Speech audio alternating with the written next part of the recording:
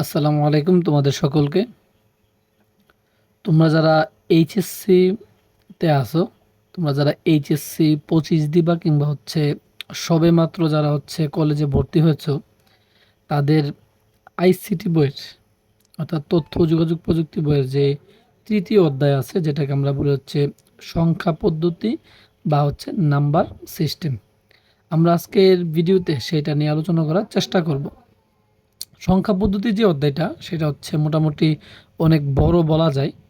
তো আমরা চেষ্টা করব 2 থেকে 4 থেকে 5 বা 6 থেকে 7টা ভিডিওতে এই সংখ্যা পদ্ধতির প্রথম যে পার্টটা সেটাকে শেষ করার জন্য। তাহলে আজকের আমরা যে আলোচনা করব সেটা বেসিক পার্ট। আমরা শুরু করি, যেটা কি সংখ্যা পদ্ধতি। সংখ্যা পদ্ধতি সংখ্যা পদ্ধতি বা আমরা যেটাকে বলি number number system. Number system আমরা সংখ্যা পদ্ধতি বাকি নাম্বার সিস্টেম। এখন কথা হলো যে ভাই, সংখ্যা পদ্ধতি আসলে কি? সংখ্যা পদ্ধতি কি? সংখ্যা পদ্ধতি মনে রাখবা যে বিভিন্ন সাংকেতিক চিহ্ন, বিভিন্ন সংজ্ঞা ভালো করে বুঝবা, বিভিন্ন সাংকেতিক চিহ্ন, বিভিন্ন সাংকেতিক চিহ্ন বা কি মৌলিক চিহ্ন বা মৌলিক চিহ্ন বা অঙ্ক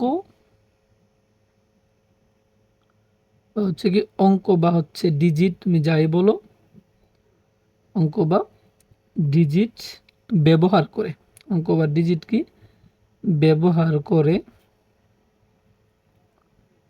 ব্যবহার করে সংখ্যা লেখা ও প্রকাশ করা। সংখ্যা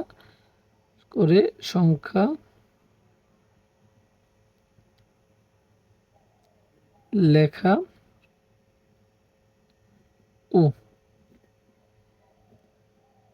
ও প্রকাশ করার পদ্ধতিকে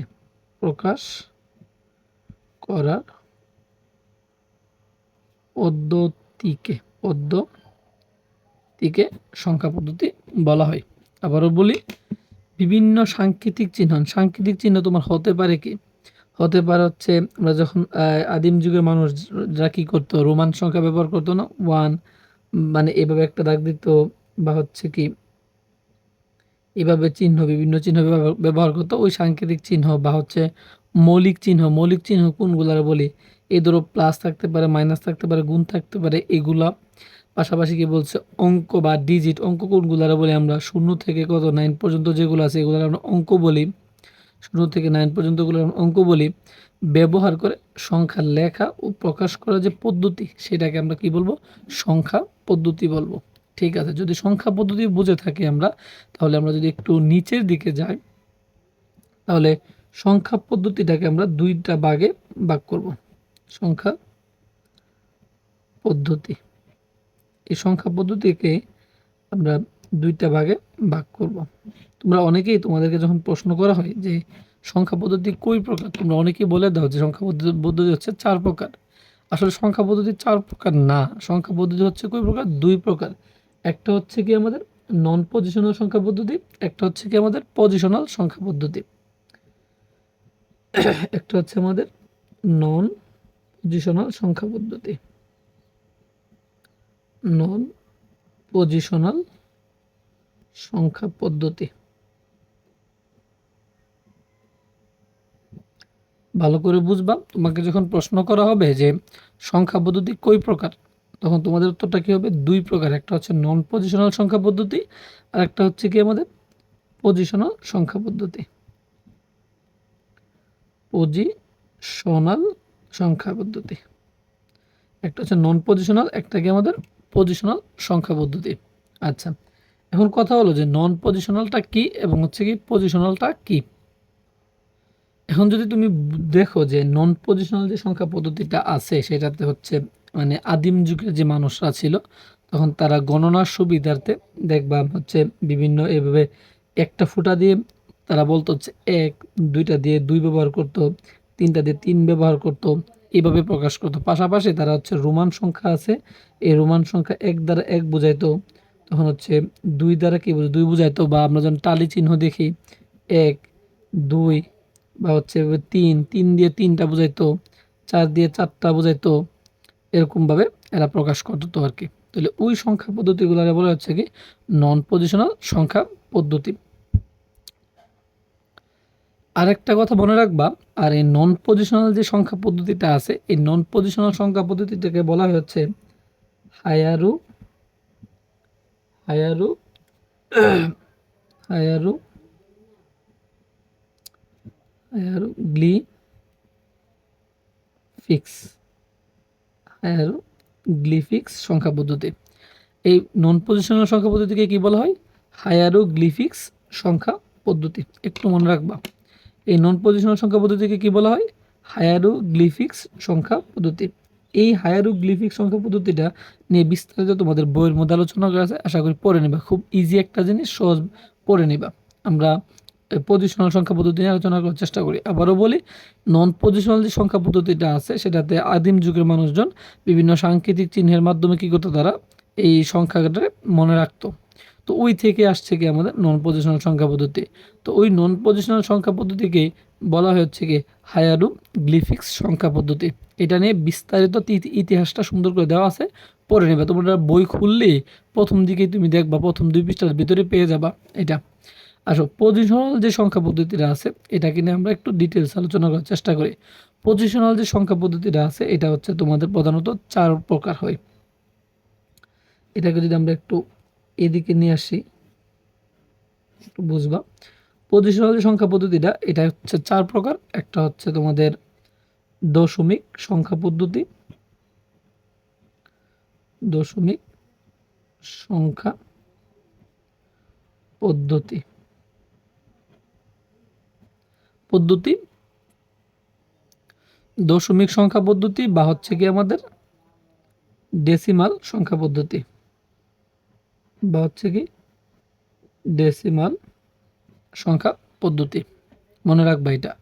2 নম্বরটা কি আমাদের বাইনারি সংখ্যা পদ্ধতি, বাইনারি সংখ্যা পদ্ধতি। 3 নম্বরটা কি আমাদের অক্টাল সংখ্যা পদ্ধতি, অক্টাল সংখ্যা পদ্ধতি। 4 নম্বরটা কি আমাদের হেক্সাডেসিমাল সংখ্যা পদ্ধতি।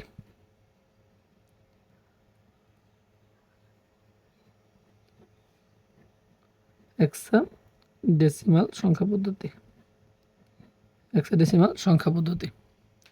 ব্যাপারটা একটু রিভিশন করি। সংখ্যা পদ্ধতি কি তোমাদেরকে বলছি আমরা, সংখ্যা পদ্ধতি হচ্ছে প্রধানত 2 প্রকার হয়। একটা হচ্ছে নন পজিশনাল সংখ্যা পদ্ধতি, একটা হচ্ছে পজিশনাল সংখ্যা পদ্ধতি।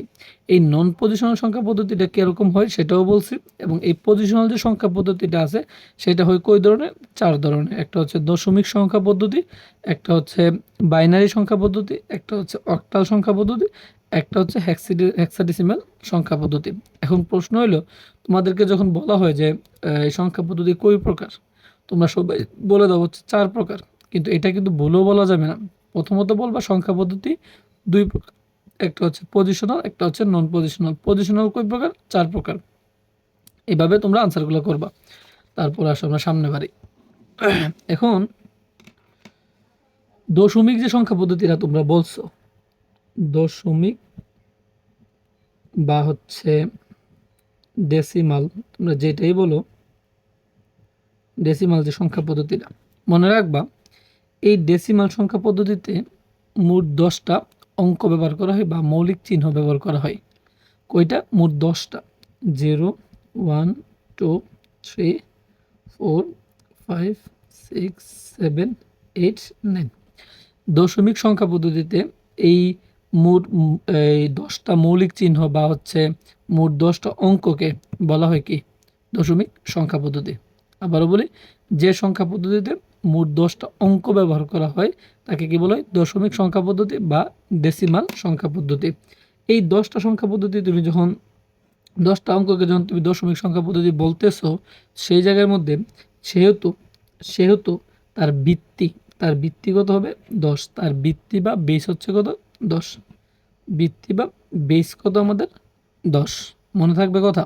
আবারও বলি, যে সংখ্যা পদ্ধতিতে মোট 10টি অঙ্ক বা হচ্ছে বা ডিজিট বা হচ্ছে মৌলিক সংখ্যা ব্যবহার করা হয় সেগুলোর আমরা কি বলি দশমিক সংখ্যা পদ্ধতি।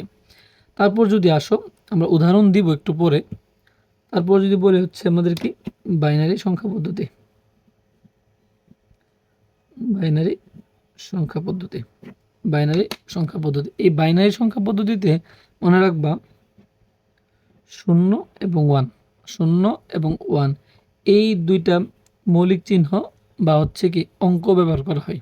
বাইনারি সংখ্যা পদ্ধতিতে 0 এবং 1 এই দুইটা মৌলিক চিহ্ন বা হচ্ছে কি অঙ্ক ব্যবহার করা হয়। এই সেজন্য তাকে তার বৃত্তিগত আমাদের 2, তার বৃত্তি বা বেস কত আমাদের 2, মনে থাকবে কথা। বাইনারি সংখ্যা পদ্ধতিতে মাত্র 0 এবং 1 দুইটা অঙ্ক বা বেস ব্যবহার করা হয়, সেজন্য তার বৃত্তিগত 2।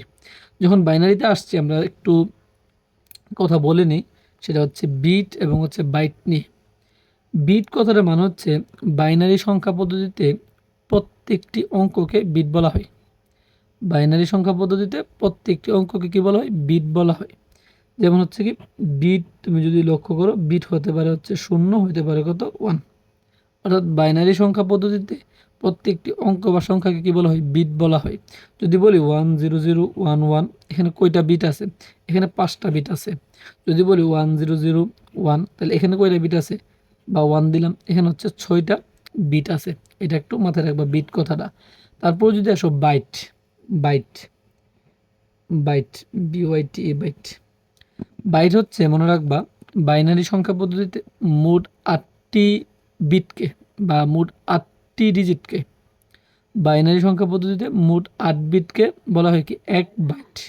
যেমন 100, তারপর হচ্ছে 11, 3 4 7 এবং হচ্ছে একটা 0 দিলাম। এই যে বাইনারি সংখ্যা পদ্ধতিতে যে 8টা যে বিট ব্যবহার করা হয়েছে এই 8 বিটকে কি বলা হয় এক বাইট। তাহলে প্রশ্ন যদি আসে 1 বাইট সমান কত বিট, তাহলে কি বলবা 8 বিট। 1 বাইট সমান কত বিট 8 বিট। তাহলে এখানে প্রত্যেকটাকে কি বলা হয় এক একটা বিট বলা হয়। ঠিক আছে। আর নিবল যে ব্যাপারটা, নিবল নিবল ব্যাপারটা হচ্ছে যদি বাইনারি সংখ্যা পদ্ধতিতে মোট 4টা, ধরো 4টা শূন্য থাকতে পারে, 4টা 1 থাকতে পারে বা 1001 থাকতে পারে, এরকম 4টা বিটকে কি বলা হয় এক নিবল বলা হয়। মনে থাকবো 4 বিটকে কি বলা হয় এক নিবল বলা হয়, 8 বিটকে কি বলা হয় এক বাইট বলা হয়। আর বাইনারি সংখ্যা পদ্ধতিতে প্রত্যেকটা অঙ্ক বা ডিজিটকে কি বলা হয় এক বিট বলা হয়। ঠিক আছে। বাইনারি সংখ্যা পদ্ধতিতে 0 এবং 1 যেহেতু ব্যবহার করা হয় সেজন্য তার বৃত্তি বা তার বেস কত হচ্ছে আমাদের 2। একটু পরে উদাহরণ আসতেছি আমরা। তারপর যদি তুমি যাও হচ্ছে অক্টালে, অক্টালে যদি তুমি যাও এই অক্টাল সংখ্যা পদ্ধতিতে মনে রাখবা 0 থেকে 0 1 2 3 4 5 6 7 এই 7টা অঙ্ক কি করা হয় ব্যবহার করা হয়। অক্টাল সংখ্যা পদ্ধতিতে এই 8টা অঙ্ক কি করা হয় ব্যবহার করা হয়। যেহেতু এই 8টা অঙ্ক ব্যবহার করা হয় সেহেতু তার বৃত্তিগত 8। যেই সংখ্যা পদ্ধতিতে মোট 8টি অঙ্ক ব্যবহার করা হয় তাকে অক্টাল সংখ্যা পদ্ধতি বলা হয়।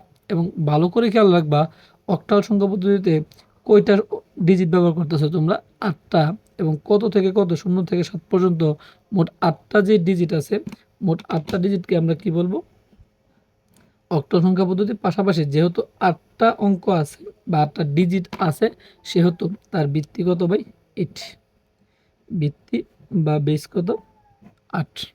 কথা বুঝাইতে পারছি। তারপর আসো হেক্সাডেসিমেল, হেক্সাডেসিমেল নিয়ে আমরা একটু বলি। হেক্সাডেসিমাল, হেক্সাডেসিমাল, হেক্সাডেসিমাল সংখ্যা পদ্ধতি। হেক্সাডেসিমাল সংখ্যা পদ্ধতিতে তোমাকে মানে মনে রাখতে হবে যে 0 থেকে 9 পর্যন্ত এবং 0 থেকে 9 পর্যন্ত এবং বাকি A B C D E F মোট 16টা মৌলিক চিহ্ন বা হচ্ছে এই 10টা হচ্ছে কি অঙ্ক এবং বাকি 6টা হচ্ছে কি আমাদের অ্যালফাবেট। মিলিয়ে কি হয় আমাদের হেক্সাডেসিমাল সংখ্যা পদ্ধতিটা হয়ে থাকে। তো এই জন্য বলা হয় যে সংখ্যা পদ্ধতিতে মোট 16টি মৌলিক চিহ্ন ব্যবহার করা হয় তাকে কি বলা হয় হেক্সাডেসিমাল সংখ্যা পদ্ধতি বলা হয়। যেহেতু হেক্সাডেসিমাল সংখ্যা পদ্ধতিতে মোট 16টা অঙ্ক ব্যবহার করা হয় বা 16টা মৌলিক চিহ্ন ব্যবহার করা হয়, সেহেতু তার ভিত্তিগত 16 বা তার বেস হচ্ছে 16। মন থাকবে কথা। যে সংখ্যা পদ্ধতিতে মোট 16টি মৌলিক চিহ্ন ব্যবহার করা হয় তাকে কি বলা হয় হেক্সাডেসিমাল সংখ্যা পদ্ধতি বলা হয়। আচ্ছা, এটা নিয়ে চাইলে আরেকটু ডিটেলসে বলা যায় ভিতরে গিয়ে, তো ওইটা নিয়ে এখন না বলি, আগামী ভিডিওতে আমরা চেষ্টা করব ডিটেলসে এটা নিয়ে বলার। তারপরও এতটুকু মাথায় রাখো।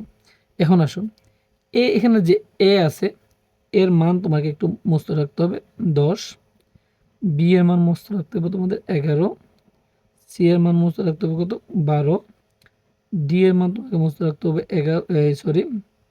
13, ই এর মান তোমাকে মুস্ত রাখতে হবে 14 এবং এফ এর মানটাও তোমাকে মনে রাখতে হবে, সেটা হচ্ছে 15। এখানে 0 থেকে 9 পর্যন্ত মোট 10টি অঙ্ক আছে আমার কাছে, এবং এই পাশে দেখো যে A B C D E F যে আছে তাদের যে মানগুলা, এর মান হচ্ছে 10, বি এর মান হচ্ছে 11, সি এর মান হচ্ছে 12, ডি এর মান 13, ই এর মান হচ্ছে 14 এবং এফ এর মান হচ্ছে কত 15। এই মানগুলো তোমাকে মুখস্থ রাখতে হবে। এখন আসো, চারটা পদ্ধতি নিয়ে আমরা একটু বেসিক কথাবার্তা বললাম এবং চেনার উপায়টা আমরা বললাম। এখন আসো, উদাহরণ আমরা কিছু দেখি।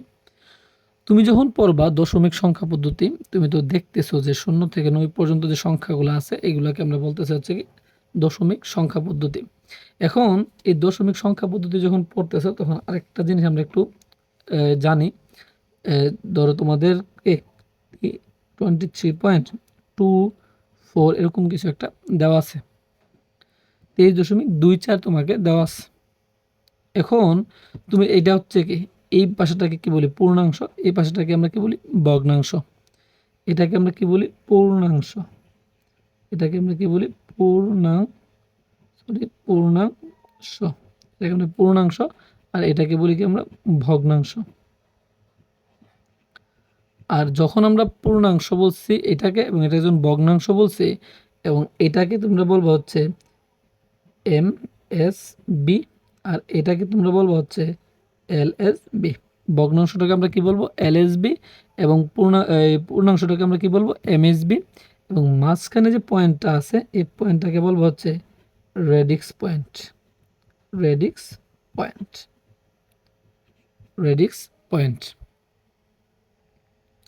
তাহলে কি দেখলাম, এই পূর্ণাংশটাকে আমরা বলতেছি কি এমএসবি, এবং ভগ্নাংশটাকে আমরা কি বলতেছি এলএসবি, এবং মাঝখানে যে পয়েন্ট আছে সেটাকে আমরা বলতেছি রেডিক্স পয়েন্ট। আর এই রেডিক্স পয়েন্ট প্রশ্ন আসতে পারে ক নম্বরে, যে রেডিক্স পয়েন্ট আসলে কি বলবা, পূর্ণাংশ এবং ভগ্নাংশের মাঝখানে যে পয়েন্ট থাকে সেটাকে আমরা কি বলি রেডিক্স পয়েন্ট বলি। ঠিক আছে, এখন প্রশ্ন করবো ভাই এমএসবি এবং এলএসবি কি আসলে। এমএসবি এবং এলএসবির দুইটা পূর্ণরূপ আছে, সেটা হচ্ছে তোমরা যদি এমএসবি লক্ষ্য করো সেটা হচ্ছে মোস্ট সিগনিফিক্যান্ট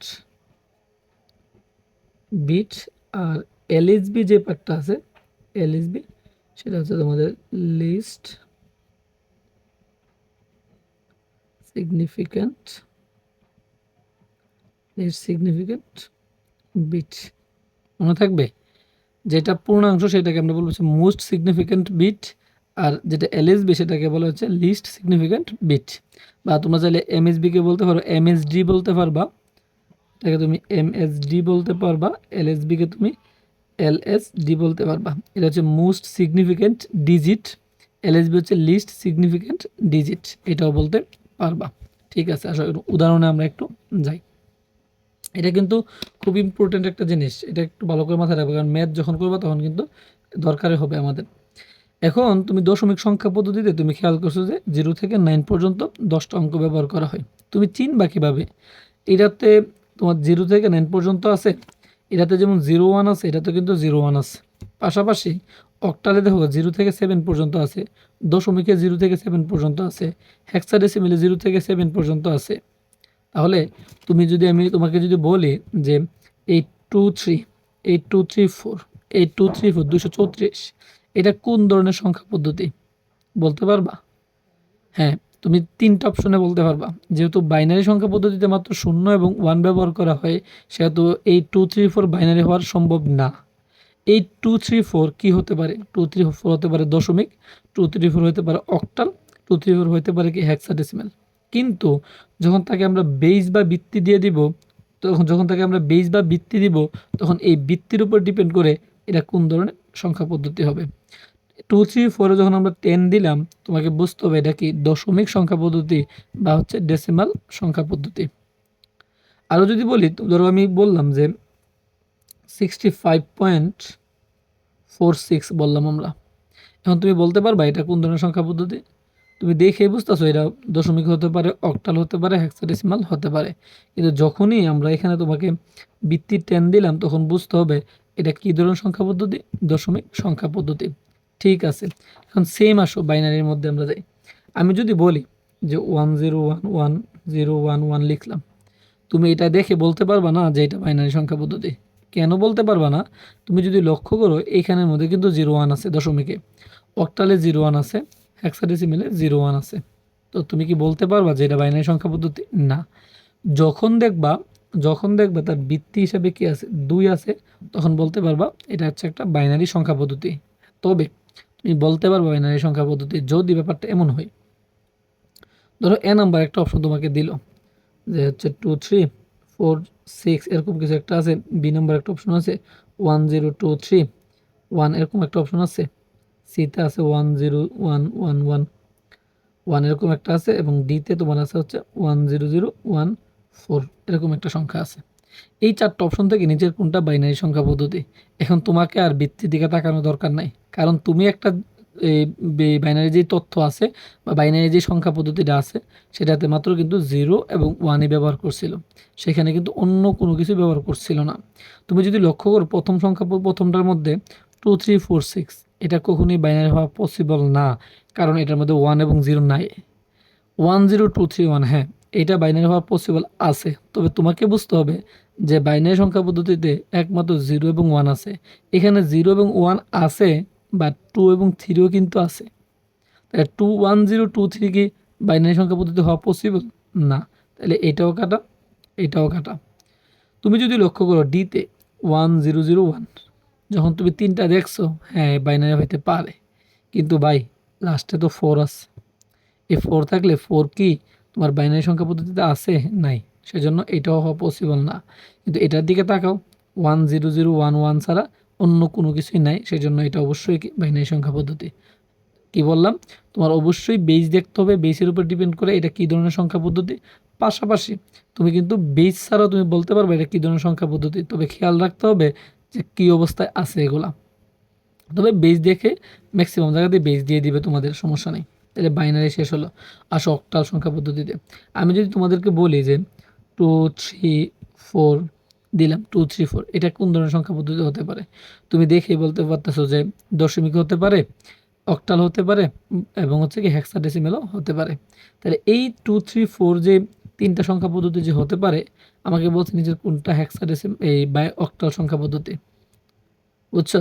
তখন যদি তোমাকে ভিত্তি দিয়ে দেয় তাহলে তো ভালো, আর ভিত্তি না দিয়ে দিলে কিন্তু তোমরা চিনতে পারবে না যে এটা কোন ধরনের সংখ্যা পদ্ধতি, কারণ 2, 3, 4 কিন্তু দশমিকে যেমন আছে, অক্টালও আছে, হেক্সাডেসিমাল সংখ্যা পদ্ধতিতেও আছে। তাহলে এই ভিত্তির উপর ডিপেন্ড করতেছে এটা কী ধরনের সংখ্যা পদ্ধতি হবে। তবে তুমি যদি এটা লক্ষ্য করো 2, 6, 7 যদি লক্ষ্য করো তুমি, বা 2, 6, 7, 8 ধরো এই সংখ্যাটা দিলাম, 2678 যেটা দিলাম, এটা তুমি দেখেই বলতে পারতেছো এটা অক্টাল সংখ্যা পদ্ধতি না, কারণ অক্টাল সংখ্যা পদ্ধতিতে কি নাই? 8 নাই। কতটুকু পর্যন্ত আছে? 0 থেকে 7 পর্যন্ত। তাহলে 8 আছে কার মধ্যে? 8 আছে হচ্ছে হেক্সাডেসিমাল সংখ্যা পদ্ধতি, পাশাপাশি হচ্ছে কি তোমাদের দশমিক যে সংখ্যা পদ্ধতি আছে সেটার মধ্যে আছে 8। তাহলে আমাদের এখানে 2, 6, 7, 8 কখনোই অক্টাল হওয়া পসিবল না। এটা হতে পারে দশমিক, এটা হতে পারে কি আমাদের হেক্সাডেসিমাল। তাহলে এটা যদি আমি বৃত্তি দিই, আমি যদি এটার মধ্যে বৃত্তি দিয়ে দিই, তাহলে বৃত্তি যদি তোমার 8 দিই, তাহলে কি বলতে পারবো অক্টাল না? এটার মধ্যে অবশ্যই হয় দশমিক, না হয় তোমার হেক্সাডেসিমাল দিতে হবে। ঠিক আছে, আমরা এটা বুঝলাম। তারপরে যদি তুমি যাও একটু, তুমি যদি এটার মধ্যে লক্ষ্য করো যে আমি তোমাকে বললাম যে 3, 4, বি 34b তোমাকে দিলাম। তো 34b তুমি দেখেই বুঝতেছো এটা একটা হেক্সাডেসিমাল সংখ্যা পদ্ধতি, কারণ এই বি যেইটা আছে, বি যেই অ্যালফাবেটটা আছে এটা কিন্তু আর অন্য কোনোটার মধ্যে নাই। দশমিকের মধ্যে বি নাই, এই বাইনারির মধ্যে বি নাই, অক্টালে বি নাই, একমাত্র হেক্সাডেসিমালে আছে। তুমি দেখে বলতে পারবে এটা একটা হেক্সাডেসিমাল সংখ্যা পদ্ধতি। যদি এমন লিখি 46.2b, তুমি দেখে বলতে পারবে এটা একটা কি হেক্সাডেসিমাল সংখ্যা পদ্ধতি। ঠিক আছে, যদি এই বেসিকটা বুঝে থাকো, আমরা একটু বাইনারি মান শিখব, কিছু বাইনারি মান শেখার চেষ্টা করব কিভাবে বের করতে হয় বাইনারি মানগুলা। তোমরা ধরো হচ্ছে আমরা এই সারণীটার দিকে তাকাই, মনে রাখবো উপরের যেটা আছে, উপরের যে সারণীটা আছে বা গড়গুলা, এগুলো হচ্ছে দশমিক, আর নিচে যেটা আছে সেটা হচ্ছে বাইনারি। একটু মনে রাখবা বাইনারি। এখন প্রথমে তুমি কি করবা, এখানে 1 বসাইবা, 2 বসাইবা, 4 বসাইবা, 8, 16, 32 এবং হচ্ছে 64, মানে প্রত্যেকটা ডাবল বসাইবা। এখানে 64, তারপর 64 ডাবল বসাইবা, তারপর 64 ডাবল, যত হয় তার ডাবল বসাইবা, বাড়তে থাকবে। ঠিক আছে, এখন তোমাকে বলা হয় যে হচ্ছে 20-এর বাইনারি মান কত, 20-এর বাইনারি মান কত। তাহলে 20-এর বাইনারি মান যদি হয়, তুমি মনে রাখবা উপরের কোন মানগুলা, মানে কোন কোন মানগুলা যোগ করলে তুমি 20 পাইতেছো, উপরের কোন কোন মানগুলা যোগ করলে তুমি 20 পাইতেছো। তাহলে আমরা যদি লক্ষ্য করি, আমরা যদি 16 এবং 4 যদি খেয়াল করি, এই 16 এবং 4 যদি খেয়াল করি, আমরা 16 এবং 4 যোগ করা হলে কি পাইতেছি, 20 পাইতেছি। যেই সংখ্যাগুলো যোগ করে আমরা 20 পাইতেছি, সেই সংখ্যাগুলো নিচে 1 বসাবো, আর বাকি সবগুলো কি দেবো, শূন্য দেবো। এই সাইডে শূন্য দেও বা না দেও। আবারও বলি, এখানে আমি বলছি 20-এর বাইনারি মান কত, তাহলে 20 একটা দশমিক সংখ্যা আমরা ধরে নিলাম। বলছে 20-এর বাইনারি মান কত, তাহলে 20-এর বাইনারি মান তুমি দেখবো উপরের কোন মানগুলো যোগ করে তুমি 20 পাইতেছো। তুমি দেখছো 16 এবং 4 যোগ করে কি পাইছো, 20 পাইছো। তার মানে এই 20-এর বাইনারি মান কত, যেগুলো যোগ করে তুমি 20 পাইছো সেগুলো নিচে 1 দিছো, বাকি সবগুলো কি শূন্য দিছো। তাহলে 20-এর দশমিক তো আছে, বাইনারি মান কত হবে, 10100। ঠিক আছে, তুমি যদি এটা বুঝতে পারো তাহলে তোমার এমসিকিউ অনেকগুলো শেষ। এমসিকিউ, তারপর আসো জাস্ট এমসিকিউতে অ্যাপ্লাই করতে পারবা এটা। তোমাকে যদি বলা হয় যে 66 বা হচ্ছে তো 66, সহজটাই বলি, 66-এর এই বাইনারি মান কত, তাহলে এখানে কত আছে ভাই, 64। এই 64-র সাথে কত যোগ করলে 66 হয়, 64-এর সাথে 2 যোগ করলে 66 হয়। তখন এটার মধ্যে 1 দিবা, এটার মধ্যে 1 দিবা, বাকি সব কি হবে, শূন্য হয়ে যাবে। বুঝাইতে পারছি? তখন আনসারটা কি হবে, 1। এটার আনসারটা কত হবে, 1000, 4টা 1 2 3 4, একটা 1, একটা কত 0। এটা হচ্ছে বাইনারি মান। তোমাকে যদি বলা হয় 120-এর বাইনারি মান কত, 120-এর বাইনারি মান কত, 120 কিসে আছে, ধরে নিলাম দশমিকে আছে। তোমার বাইর করতে হবে কি, বাইনারি মান। তুমি আসো এগুলো যোগ করো, কত হয় দেখো, 64 32 যোগ করে তোমার হয় কত, 96। 96 আর 4 কত, 100। 100 আর 16 কত, 116। 116 আর হচ্ছে 8 যোগ করলে কত, 124, তাই তো, বেশি হইতেছে। তাইলে আসো আমরা যদি দেখি 64 আর হচ্ছে 32 যোগ করলে কত আমাদের, 98, সরি 96। 96 আর 16 কত আমাদের, 112। 112 আর 8 যোগ করলে কত আমাদের, 120। তার মানে এটার নিচে কত হবে, 1 1 1 1, আর এগুলা কি শূন্য, এগুলা পর্যন্ত কি আমাদের 1। আবারও বলি, 64 আর 32 কত আমাদের, 96। 96 ষোলো হচ্ছে 112, 112 8 হচ্ছে কত, 120। আর তাহলে এই সবগুলাকে, এই প্রথম চারটা কি 1, প্রথম চারটা 1, আর হচ্ছে বাকি তিনটা কি আমাদের শূন্য। বুঝাইতে পারছি? যদি এটা বুঝতে পারো তোমরা ম্যাথের ক্ষেত্রে অনেকটা মানে আগাই থাকবা, কারণ অনেক স্যারেরা বিভিন্ন সারণীর মাধ্যমে বাইনারি মানগুলো মুখস্থ করে থাকে। তো আমরা চেষ্টা করছি আমার মতো করে তোমাদের বাইনারি মানগুলো বোঝানোর। তোমাকে যদি বলি 320, 500, 350, 250, সবগুলোর বাইনারি মান তুমি হাতে ক্যালকুলেশন ছাড়া, মানে ক্যালকুলেটর ছাড়া তুমি বের করতে পারবা। তুমি জাস্ট কী করবা, 64 ডাবল করো তুমি 128 বসো, 128 ডাবল করতো আমাদের 256, এরকম করে ডাবল বসাতে থাকো। তাহলে তুমি দেখেই বলতে পারবা যে এই 350, 500, 200, 320, 250-এর বাইনারি মানটা কত। তাহলে আজকে আমরা চেষ্টা করছি তোমাদেরকে বেসিক পার্টটা একদম এই সংখ্যা পদ্ধতির যে বেসিকটা বোঝানোর চেষ্টা করছি। আমরা আগামী ভিডিওতে চেষ্টা করব আরেকটু কিছুটা বেসিক দিয়ে আমরা কিছু ম্যাথ দেখার চেষ্টা করব, কীভাবে সৃজনশীলে আসলে সমাধান করবা, কীভাবে এমসিকিউতে আসলে সমাধান করবা। পাশাপাশি আমরা ক্যালকুলেটর কীভাবে করতে হয় সেই পদ্ধতিটা আমরা দেখব, ক্যালকুলেটর কীভাবে ম্যাথগুলো করবা। যদি এই বেসিক পার্টটা বুঝে থাকো তাহলে তোমরা সৃজনশীল যাবা, এমসিকিউতে যাবা। এমসিকিউতে গিয়ে তোমরা দেখবা যে এই 3 পৃষ্ঠার মধ্যে আমি যা পড়াইছি, প্রথম পৃষ্ঠা, সেকেন্ড এবং থার্ড পৃষ্ঠা যা পড়াইছি, দেখবা এর ভিতর থেকে অনেকগুলো এমসিকিউ আসতেছে, অনেকগুলো এমসিকিউ পারবা তোমরা।